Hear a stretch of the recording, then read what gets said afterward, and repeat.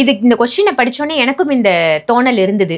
இந்த மாதிரியான வீடுகளுக்கு குடி போகலாம். பயம் அவங்களுக்கு இருக்காது, அந்த தரித்திரமும் அவங்களுக்கு இருக்காது, அந்த ஃபீல் அவங்களுக்கு இருக்காது. அது வேலை போகல. இந்த வீட்டுக்கு வந்ததுக்கப்புறம் தான் அவங்களுக்கு வேலையே போச்சு. இங்கேருந்து வந்து உங்களுக்கு கெடுதலே ஸ்டார்ட் பண்ணுறது. மனுஷனுக்கு அப்படி இதயம் முக்கியமாக, நம்ம வாழ்க்கைக்கு ஒரு வீடுன்றது ஒரு முக்கியம். அதுக்கு பிறகு தான் குடும்பம் தேவையான பிரச்சனை. என்னால் நீ கேட்டால் உன்னால் நான் கேட்ட மாதிரி அவன் வம்சமே கேட்ட.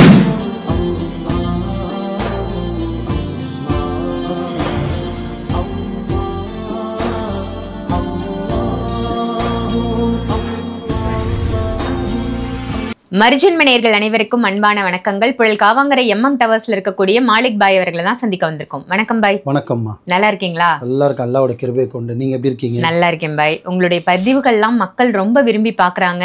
நிறைய நல்ல விஷயங்கள் மக்களுக்காக சொல்றீங்க, செயல்முறையும் படுத்துறீங்க.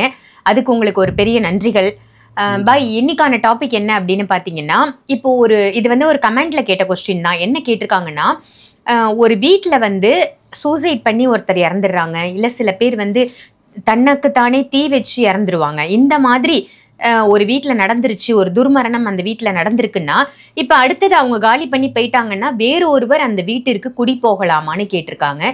இந்த கொஸ்டினை படித்தோன்னே எனக்கும் இந்த தோணல் இருந்தது. இந்த மாதிரியான வீடுகளுக்கு குடி போகலாமா பாய்? கரெக்டாக கேட்டிங்க.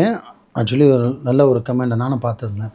என்னென்னு பார்த்தீங்கன்னா, நிறைய பேர் மனசில் அது என்ன இருக்குது, இந்த மாதிரி வீட்டில் வந்து இறந்துட்டாங்க, சூசைட் பண்ணிக்கிட்டாங்க, தூக்கு மாட்டிக்கிட்டாங்க, சில பேர் எரிஞ்சிட்டாங்க, ஃபயர் ஆகிட்டாங்க, அந்த வீட்டுக்கு நம்ம போகலாமா அப்படின்ற ஒரு பயம் எல்லார் மனசிலும் இருக்கவும் செய்யணும்.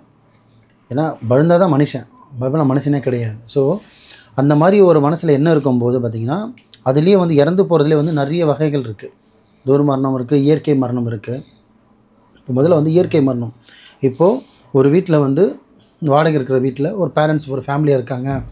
ஒரு அப்பா இறந்துட்டார், இல்லை ஒரு அம்மா இறந்துட்டாங்க, படுத்த படுக்க உடம்பு முடியாத இறந்துட்டாங்க, படுத்த படுக்கையிலே இருந்து இறந்துட்டாங்க, இல்லை ஹார்ட் அட்டாக்ல இறந்துட்டாங்க, இல்லை ஒரு ஆக்சிடென்ட் ஆகி இறந்துட்டாங்க, இல்லை சின்ன வீட்டுக்குள்ளே இருந்து சின்ன ஒரு விழுந்தோ இல்லை ஏதோ ஒரு எமர்ஜென்சியாக இறந்துட்டாங்கன்னும் போது, இந்த மாதிரி இறப்பு இருந்ததுன்னா 1% கூட நம்ம பயப்பட வேண்டிய அவசியமே கிடையாது. ஏன்னா அவங்க வந்து ஆடி அனுபவித்து அவங்க டைம் வந்து தான் அவங்களோட மறைவு மறைஞ்சிருச்சு. ஒரு துளி கூட நீங்கள் அதை எந்த ரிலீஜன் இருந்தாலும் பரவாயில்ல, இஸ்லாத்து, முஸ்லீம், சிக், இந்து, இது வந்து ரிலீஜன் சம்மந்தப்பட்டது கிடையாது, உயிர் சம்மந்தப்பட்டது, மனுஷன் சம்மந்தப்பட்டது. இதுதான் முக்கியம். ஒரு இயற்கை மரணம் அடைஞ்சிருக்காங்க, அந்த வீட்டுக்கு நம்ம கொடுத்தோன்னா போகலாமான்னா 100% தாராளமாக போகலாம். அதுக்கு நீங்கள் பரிகாரம் பண்ணணும், அமல் செய்யணும், ஹோமம் போடணும், அந்த மாதிரி அவசியம் இல்லை. பட் உங்கள் மன ஆறுதலுக்கு வேணால் நீங்கள் சின்னதாக ஒரு பூஜை பண்ணிட்டோ, இந்த பூஜை யார் பண்ணணும்னு பார்த்தீங்கன்னா, யார் கொடுத்தனும் போகிறாங்களோ அவங்க பண்ணணுன்ற அவசியம் கிடையாது. அதே மாதிரி யார் மறைஞ்சி போனாங்களோ அவங்க குடும்பத்தாரும் பண்ணிட்டும் போக மாட்டாங்க. அவங்க இறந்துட்டாங்களா, ஊர் ட்ரான்ஸ்ஃபர் ஆகிடுவாங்க, இல்லை வேறு ஊருக்கு போவாங்க, இல்லை அதே வீட்டில் தான் ஞாபகமாக இருக்குன்னு சொல்லிட்டு வேறு வீட்டுக்கு போவாங்க. இது காமன். ஆனால் அந்த ஹவுஸ் ஓனர் விஷயம் இருப்பாங்க பார்த்தீங்களா, முதல்ல அவங்க தான் வந்து நல்லது கெட்டது தெரிஞ்சு பண்ணணும். இப்போ ஒரு வீட்டில் நம்ம வீட்டில் இருந்துட்டாங்க, அது துர்மரணமோ இயற்கை மரணமோ, புரியுதுங்களா, ஒரு உயிர் பிரிஞ்சுட்டு அந்த வீடு காலி பண்ணிவிட்டு இன்னொருத்தவங்க வராங்கன்னும் போது அந்த வீட்டுக்கு ஒரு ஹோமமோ, அவங்க எந்த ரிலேஜனாக இருக்காங்களோ அந்த ரிலேஜன் சம்மந்தப்பட்டது ஒரு பூஜை பண்ணிவிட்டு ஒரு சாம்பிராணிலாம் போட்டு ஒரு மங்களகரமாக சில வேலைகள்லாம் பெயிண்ட்லாம் பண்ணி இன்னொருத்தர் வீடு விட்டோம் அப்படின்னா அந்த பயமும் அவங்களுக்கு இருக்காது, அந்த தரித்திரமும் அவங்களுக்கு இருக்காது, அந்த ஃபீலும் அவங்களுக்கு இருக்காது. இப்போ சில பேர் பார்த்தீங்கன்னா இருளறிஞ்சு போயிருக்கும், அப்படியே என்ன பண்ணுவாங்கன்னா காசு வாங்குற இதுக்கு இன்னொருத்தவங்களை விட்டுருவாங்க. அவங்க என்ன பண்ணுவாங்க, வீடு கிடச்சா போதும்னு சொல்லிட்டு உள்ளே கொண்டுருது. அங்கே ப்ளஸ் ஆர் மைனஸ் வந்ததுக்கப்புறம் தான் தெரிய வரும். நிறைய பேர் நினைக்கிறாங்க நம்ம 3 நாள் போகிறோம், சில பேர் பாருங்கள் போய் 1 வாரத்தில் ஜாமான் எடுத்துருவாங்க, 1 மாதத்தில் ஜாமான் எடுப்பாங்க, ஜாமான் தூக்குறதுக்கு 2 நாள் ஆகும். ஆனால் பார்த்தீங்கன்னா 1 மாதத்தில் காலி பண்ணிவிடுவாங்க. அவங்க நினைப்பாங்க நம்மளுக்கு பிரச்சனை வந்துச்சுன்னு, அந்த வீட்டுக்கு அப்புறம் தான் பிரச்சனையே ஸ்டார்ட் ஆச்சு. ஆமாம், உண்மை. இது என்னுடைய அனுபவத்திலையும் இருக்குது. ஏன்னா நிறைய பேர் இதை சொல்லவும் சொல்லியிருக்காங்க. இதுதான் உண்மை. சில பேர் நினைப்பாங்க நான் இந்த வீட்டுக்கு வந்ததுக்கப்புறம் எனக்கு வேலை போயிடுச்சுன்னுவாங்க. அது வேலை போல், இந்த வீட்டுக்கு வந்ததுக்கப்புறம் தான் உனக்கு வேலையே போச்சு. இங்கேருந்து வந்து உனக்கு கெடுதலே ஸ்டார்ட் ஆச்சு. இந்த வீட்டுக்கு வந்ததுக்கப்புறம் தான் உன்னோட எல்லாமே சரி வந்துடும். ஏன்னா வீடுன்றது மனுஷனுக்கு அப்படி இதயம் முக்கியமாக, நம்ம வாழ்க்கைக்கு ஒரு வீடுன்றது ஒரு முக்கியம். அதுக்கு பிறகு தான் குடும்பம்னு சொல்லுவாங்க. நல்லது கெட்டது, இன்பம் துன்பம் சந்தோஷம் எல்லாமே அங்கே வசிக்கிறதால அது வந்து அந்தந்த அமைப்பு பிரகாரம் இருக்கணும். இந்த மாதிரி தவறு நடந்ததுன்னா இது யார் பார்க்கணும்னா ஹவுஸ் ஓனர்ன்ற விஷயம் தான் பார்க்கணும். அவங்களால அப்படி முடியலாம், கொஞ்சத்துக்கு கொஞ்சமாவது அது ஒரு பரிகாரம் பண்ணியோ பூஜை பண்ணியோ வரவங்களை வீடு விட்டோன்னா பயப்பட வேண்டிய அவசியம் கிடையாது. அதனால் இயற்கை மரணம் அடைஞ்சிருந்தால் தாராளமாக போகலாம்.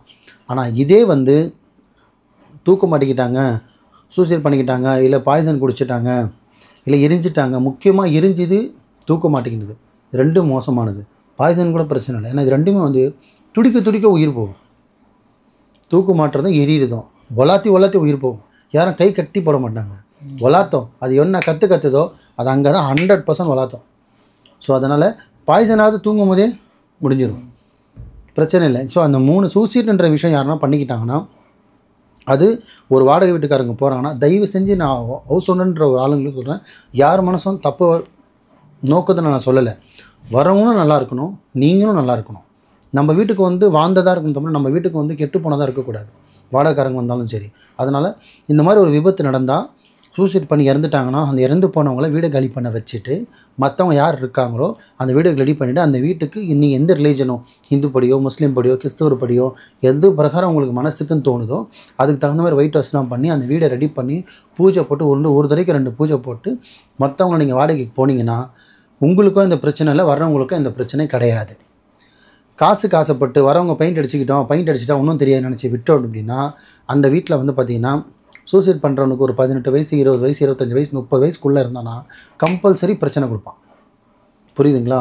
அதுவும் வாடகைக்கு போகிறவங்க வந்து ஒரு கன்னி பொண்ணோ இல்லை வயசு பொண்ணோ இல்லை கல்யாணம் இளஞ்சோடி இல்லை குழந்தை பிறகுன விஷயம் இந்த மாதிரி சம்மந்தப்பட்ட ஆளுங்களாம் போனாங்கன்னா தேவையில்லாத பிரச்சனை.